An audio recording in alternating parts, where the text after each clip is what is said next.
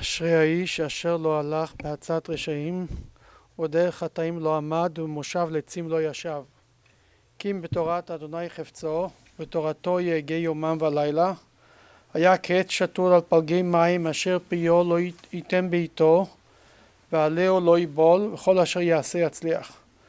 לא יקן הרשעים, כי אם כמוץ אשר תדפנו רוח. על כן לא יקומו רשעים במשפט, וחטאים בדעת צדיקים, כי יודע אדוני דרך צדיקים ודרך רשעים תאבד. מזמור לדוד, אדוני מי יגור באוהליך, מי ישכון בהר קודשך. הולך תמים פועל צדק, ודובר אמת בלבבו. לא רגל על לשונו, לא עשה לרעהו רעה, וחרפה לא נשא על קרובו. נבזה בעיניו נמאס, ואת ירא אדוני יכבד. נשבע להרע ולא ימיר. כספו לא נתן בנשך, ושוחד על נקי לא לקח. עושה אלה לא ימות לעולם. מזמור לדוד, אדוני רואי לא יחסר, בינו דשא ירביצני, ימי מנוחות ינעלני. נפשי שובב ינחני במעגלי צדק למען שמו. גם כי אלך בגיא המוות לא ירא רע, כי אתה עמדי, שבטך ומשענתך עמי נחמוני. תערוך לפני שולחן נגד צורריי, דשנת בשמן ראשי כוסי רוויה. אך טוב וחסד רדפוני כל ימי חיי, ושבתי בבית אדוני לאורך ימים. I'll ask Adam to come up and to lead us with chapter 23 in the book of Psalms in English. One of the grandchildren.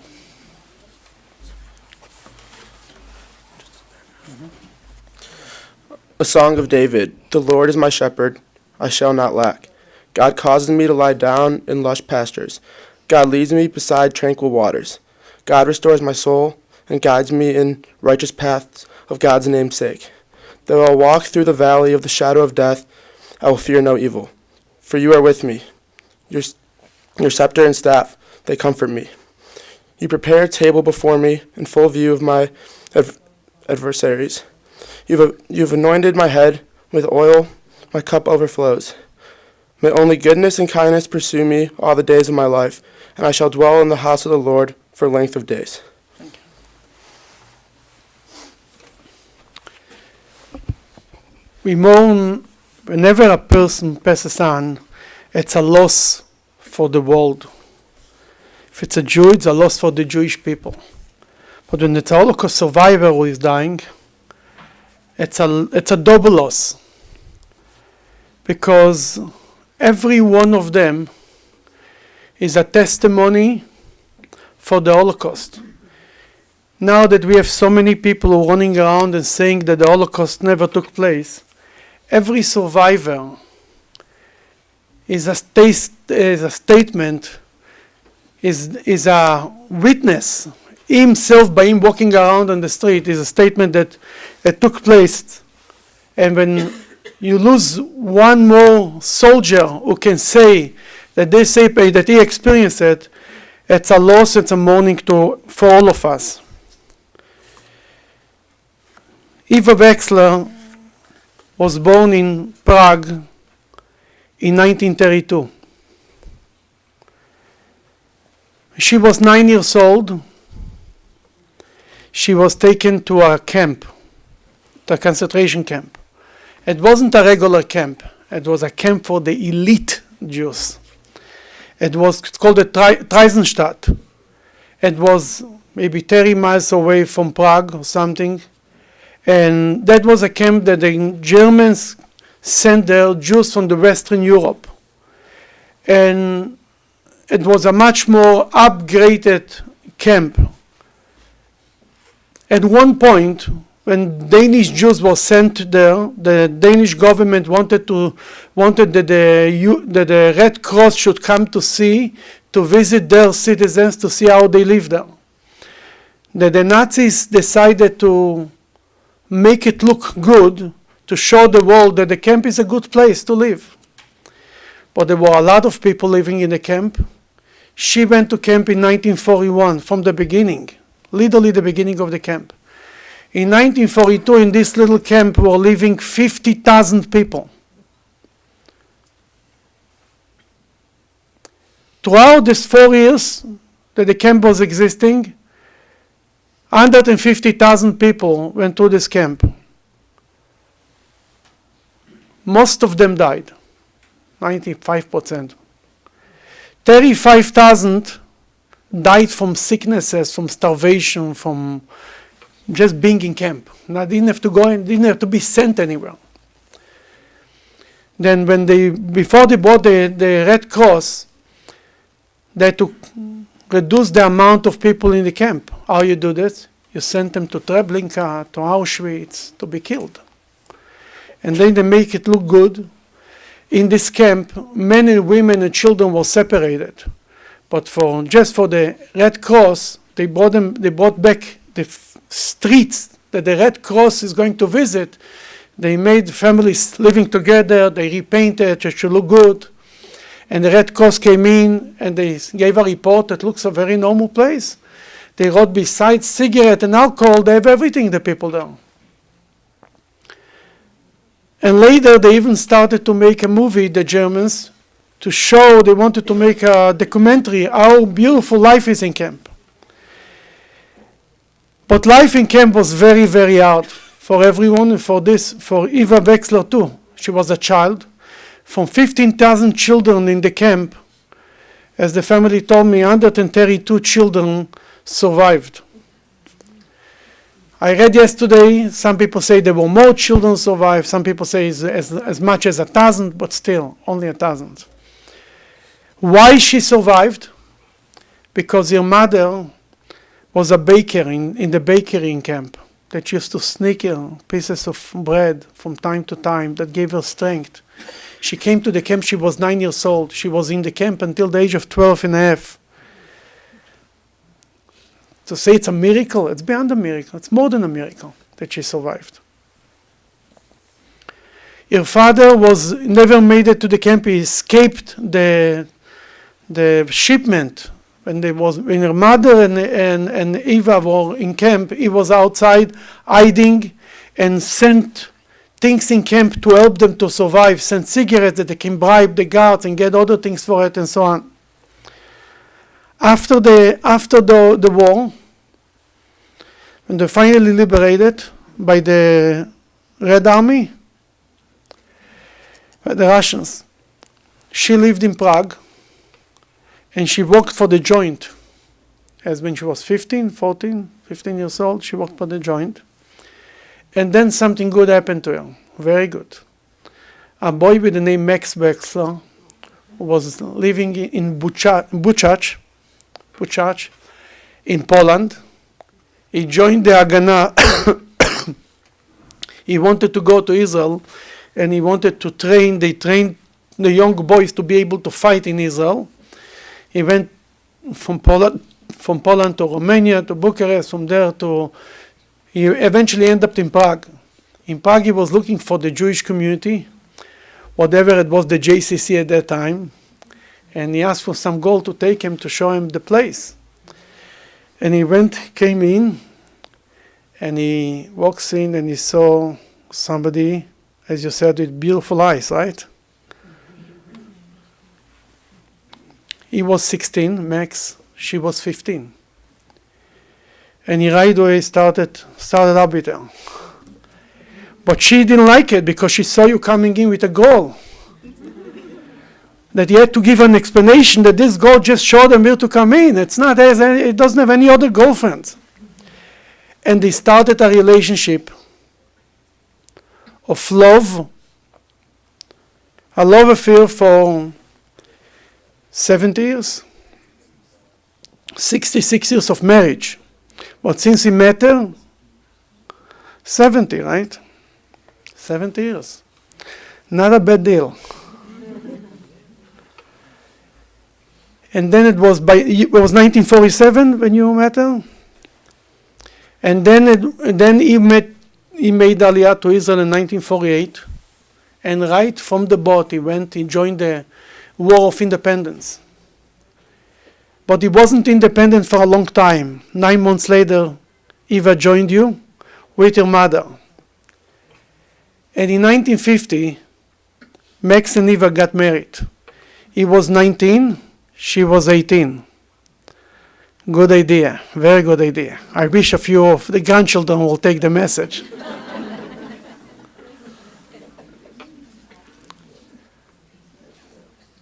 And you had, Bill was born there in Israel, you settled in Petach Tikva, and Ilan, now I understand where comes this Hebrew name Ilan, was born there. And and you were fighting in the war in 1956 too. And in 1960, Eva's mother came to America to Cleveland to visit a cousin. And she saw that life is a little better in Cleveland than in Israel in 1960. I can tell you that. Not a little better, much better. Then she asked her daughter, maybe she wants to come to Cleveland. Max was not such a big fan of it. He wanted to stay in Israel. He liked Israel. He settled finally in a place that is his own place. What Eva started to say was going to be the kids will have to go to the army and this. And you know, and eventually if your wife wants something, that's what you do, right? Then they came to America, and Diane was born here. He settled in Cleveland. In Israel, he was a builder, build houses. He built the country. And here you became a carpenter, and you build up the rest of your family here. And she was a hairdresser for a while, I understand, and other jobs she did. But what the kids told me, what she liked more than everything, was shopping. She kept Cleveland in business. You need somebody to do it, I mean. But when you look today on your amazing family,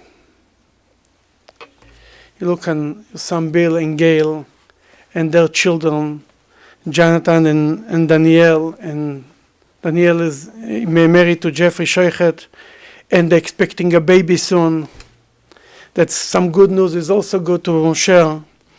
And there is Ilan and Evelyn and their 4 children, Allison, Justin, Adam and Jared. And there is Diane and Drexter, Weaver, and their daughter Brittany. What an amazing family that you build up, coming out from the ashes of the Holocaust. That your wife died on Friday, Eva died on Friday, the International Holocaust Day. On such a day, it means that Holocaust that's what she is representing. She, with her life, she represented that we won the war over the Nazis. The Nazis are gone, and you continued life, and you have children and grandchildren and great-grandchildren, God willing, soon. And we will continue the Jewish people forever. Then without doing nothing, just by going shopping, just by surviving, the prophet tells us, Prophet Isaiah calls the Jewish people, Atem Eidai. God says on the Jewish people, you are my witnesses. What does this mean? The Jewish people were supposed to be destroyed many times throughout the history. The Egyptians, the Romans, the Greeks, the Nazis, Amen, you name it. Everybody wanted to destroy us. That's what we are existing today, as Mark Twain writes, is a miracle. That's the best proof that God exists. Every Jew, even a guy who doesn't believe in anything, even he's an atheist, is the best proof, is a living proof that there is an existence of God. Your wife and you are the living proofs that the Jewish people is forever, that Am Yisrael Chai. And therefore, even physically died, but she really never died, because as long as your children and your grandchildren will continue your legacy, she will live on forever. תהי נשמתה צרורה בצרור חיים. And now we're going to hear from the children, from Bill, from Ilan, and from grandson, from Justin, about the grandfather.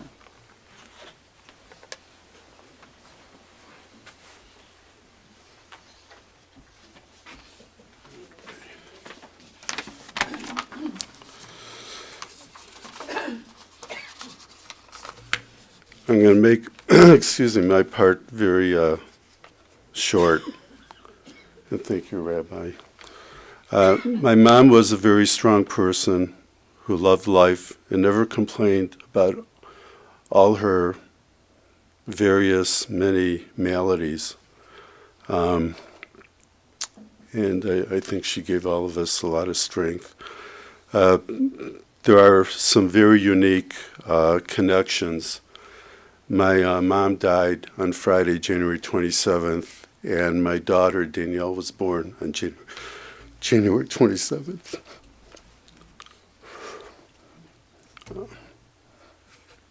My mom died on Holocaust Remembrance Day, and she was a Holocaust survivor. My mom passed away at 10:05 a.m., and my parents' anniversary was on 10:05, October 5th. It's just the coincidences are amazing.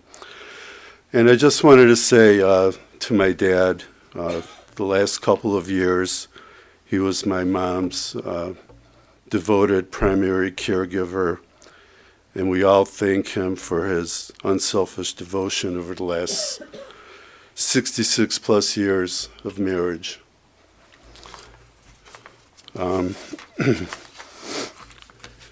My daughter is pregnant and expecting on March 9th, and she didn't want to be stressed up here, so I will read what she wrote about her grandmother. As the oldest grandchild, I feel I had a very special connection with my grandma. Growing up, I remember how youthful she acted, doing cartwheels and back bends with me, baking cranberry cakes at 2 a.m., blasting Fats Domino music from her Buick Riviera. I even remember her teaching me from a very young age how to hide shopping bags from TJ Maxx, hiding them in her trunk so that my grandpa didn't know how much shopping we did. A useful skill that can now be applied with my husband, Jeff. In all seriousness, I feel fortunate to have had the privilege to have gone to Prague, where my grandma was born 2 years ago, and visited Theresienstadt, the concentration camp my grandma was in. This trip helped me to realize what a strong lady she was, a true fighter and survivor. Although it's very difficult to accept that my grandma won't be able to meet her great-grandchild due in March, I do feel very lucky that she could see me walk down the wedding aisle and marry Jeff. Excuse me. Because my grandma passed away on my birthday, I know that we will always share an extremely strong and special connection forever. And then I have a note from my son Jonathan, who lives in Florida, and he was moving this weekend. Although he was here a few weeks ago and got to see his grandmother. And he wanted me to read the following, if I could find it. He said, I have some very fond memories of my grandma. I remember taking trips to Beechwood Place and walking loops around the mall just talking to one another. Trips to Zany Brainy to buy Beanie Babies. Dinners at China Gate, where her favorite waitress, Danny, would wait on us. My grandmother was an incredibly strong and perseverant survivor and will be missed greatly. While I am saddened I was not able to be here in person, I am certainly here in spirit with her and my family.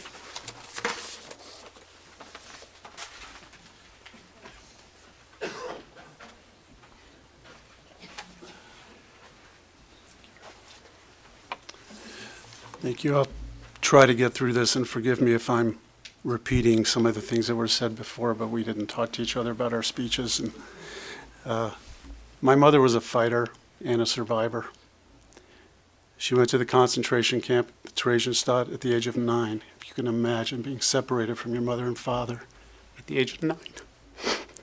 Her father escaped the roundup. She was separated from her mother in the camp and sent to the children's camp, where she had to live in barracks with strangers, sharing bunks, surviving because her mother worked in the bakery and was able to sneak food to her, her father helping from the outside, and also her and other children stealing food that was grown within the grounds of the camp. She was there for 3.5 years. And the statistics are not clear. Very good source says that only 132 children of the 15,000 who went through there were documented to have survived.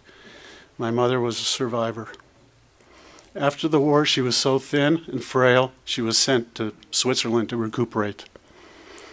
And when she came back to Prague, she went to school.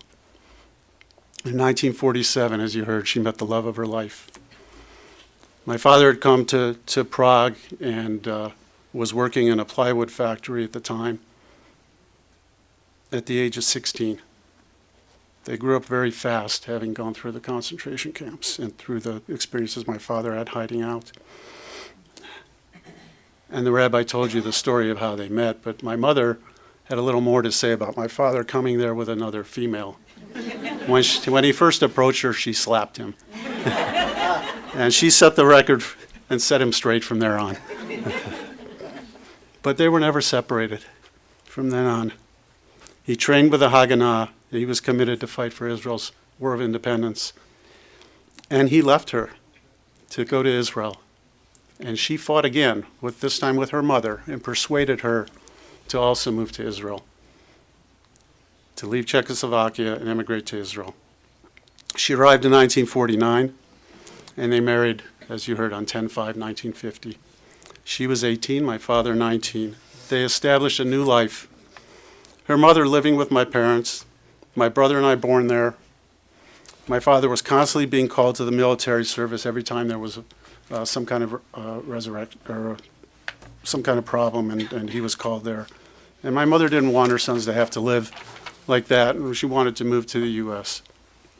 Her mother had this cousin in Cleveland, and she came here to pave the way. And ultimately, my parents moved to Cleveland. But that was the only time that my grandmother did not live with my parents since the time they were married. She helped to raise her grandchildren and helped my mom. And in 1960, my parents came here with barely any money or possessions. They boarded a ship with my brother and I, and we made our way to Cleveland. And again, they established a new life, and Diane was born. And yes, my mother's favorite thing was to shop, and her favorite store was TJ Maxx. And she was there so often that she and the salespeople were on a first-name basis. She bragged how much she saved while spending a fortune. Unfortunately, she taught my daughter these shopping skills, which has been applied at stores far more expensive than TJ Maxx. Skills which Evelyn and I are still occasionally paying for. She was always lively. Her favorite term was full of life. And she was full of life. And she loved people that were full of life. She loved people. She never had a bad thing to say about anybody. But she was brutally honest. She was always open and to a fault, but you always knew where she stood. You always knew where you stood with my mother. And if she thought it, she just said it. Much to the concern and consternation of her family. A friend recently, and she knows who she is and she's here, a friend recently relayed to me a wonderful example of this. This friend had recently had her hair done. And when my mother saw her and learned of this, my mother said, "Maybe you could get your money back." That was my mother. She didn't mean harm, but she told it like it was. Later in life, she fought and survived breast cancer. She suffered with Parkinson's. She had come through a hip fracture, strokes, and a rare brain disease called Hashimoto's encephalopathy. She progressively lost her ability to walk unassisted, and more recently her speech was affected to the point where it was almost impossible most of the time for her to talk. But she had the ability to communicate to the end with those beautiful eyes of hers. Even when she couldn't gather the strength to open her eyes, she was able to communicate by the way she squeezed her eyes shut tighter to the very end. She was a fighter. The last 9.5 days, she didn't have any food and water, and she still survived. And we talk about the connection with Danielle, and there's a Jewish tradition or thought that when somebody dies on somebody else's birthday, their souls are connected. And Danielle the other day came over to visit my mom, and my mom couldn't move her hand, but she placed her hand on Danielle's belly. And Danielle said the baby hadn't moved in a while, and all of a sudden that baby was dancing, which was one of my mother's favorite things to do. And they told us that you never lose your ability to hear. That's the last thing to go as a person is declining. Well, even though she couldn't move her eyes and she couldn't move her hands, with Justin, my oldest son, sitting next to her and talking to her by her bedside, she miraculously suddenly moved her hand across the bed, reached out to him and put her hand on his arm. The only time in those 9.5 days that she moved. And my daughter Allison, we had plans to go to Hawaii last week and a half ago on a Friday, in order to get to a conference, change her flights to leave a day later and from Cleveland instead of Chicago. And she drove home to see her grandmother and to say goodbye. And I believe days later, since she hadn't lost her ability to hear, she heard us talking about when Allison was returning from Hawaii, and that if she died right before the Sabbath, we would have the funeral on Sunday when Allison would get back. I truly believe she waited so she could be here today. We knew it was her last day. My siblings and I talked about the fact it was Holocaust Remembrance Day, the day that we knew she was going to pass. And that I had just got done saying that God is remembering what she went through in the Holocaust, and he's going to take her back on this day. And it was literally minutes later, she took her last breaths. And you heard how we believed that she sent a sign to my father, because we looked at the clock as soon as she died, and it was 10:05, the exact day, 10:05 of their anniversary. 66 years of marriage, such a rarity. Before I finish, my family and I have to thank all of you, first of all, for being here to support us. We have to thank her caregivers. In the last several months, she was provided almost 24 hours a day, 7 days a week care through Jewish Family Services Holocaust Survivor Program at no cost. Sometimes they employed aides from another agency when they were short, called Right at Home. They were unbelievable. These people became part of the family. And then, when it was time, we called in Hospice of the Western Reserve in the last several months. They provided her such wonderful care, such compassionate people, and they allowed her to die at home in peace and with her children and her husband beside her. But her best caregiver, as you heard, was my father. Constant attention kept my mother going, and whether she was in the hospital in skilled care for rehab or at home, he was constantly at her side, tending to her every need, much to the frustration of the aides who kind of questioned why they were there. But my father is a perfectionist, and everything had to be done right, and he made sure it was.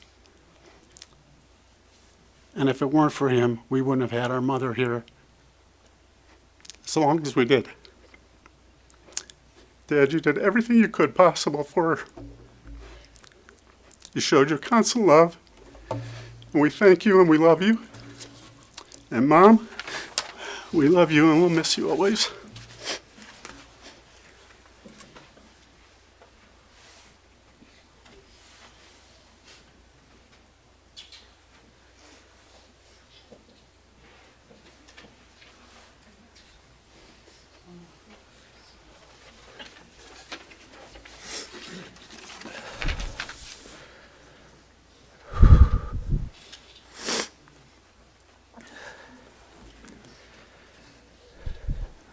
As you've heard, my grandmother was a survivor. She survived the Holocaust, she survived breast cancer, she survived several years with Parkinson's disease, and so much more. She was truly an incredible woman, and she lived an incredible life. I was lucky to call her Grandma. I have many great memories of me and my grandma. She helped raise me. Growing up, I spent many days with my grandparents. My favorite days were the ones where we stayed home and watched some of her favorite movies like Titanic, Dirty Dancing, and Pretty Woman. I don't know how many times I watched those movies with her, but they never got old. I was with my grandma, and that's all that mattered.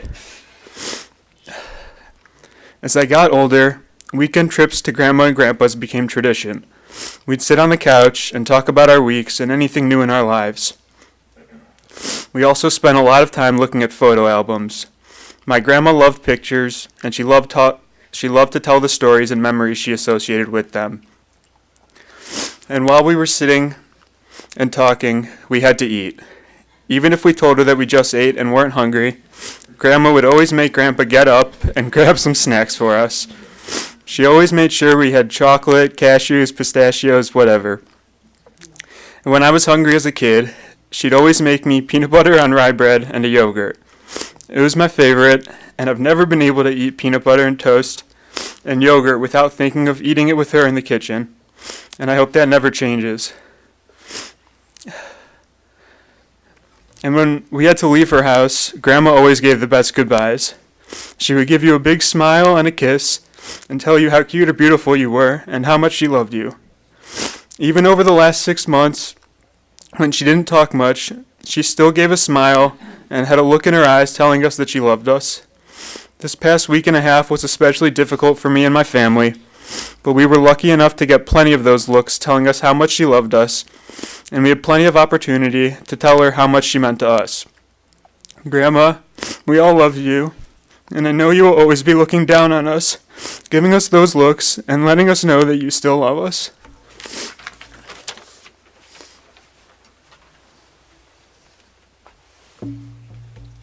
We are going to do the memorial service. Please rise. Jared will.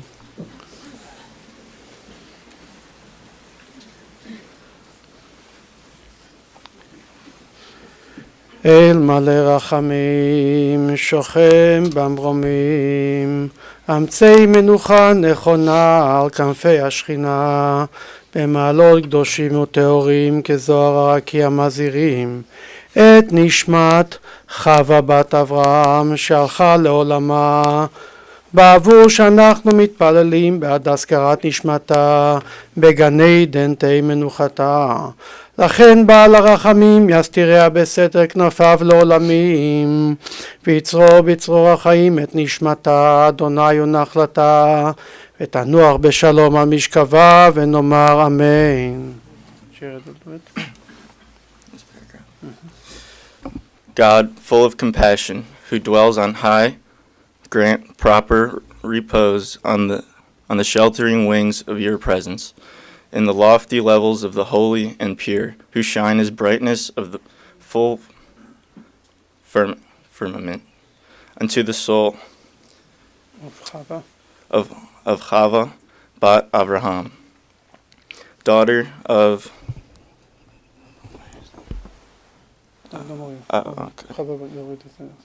who has gone to her world, and for whose memories we pray. May her repose be in paradise. May the Master of Compassion bring her under the cover of God's wings, and bind her soul in the bond of life.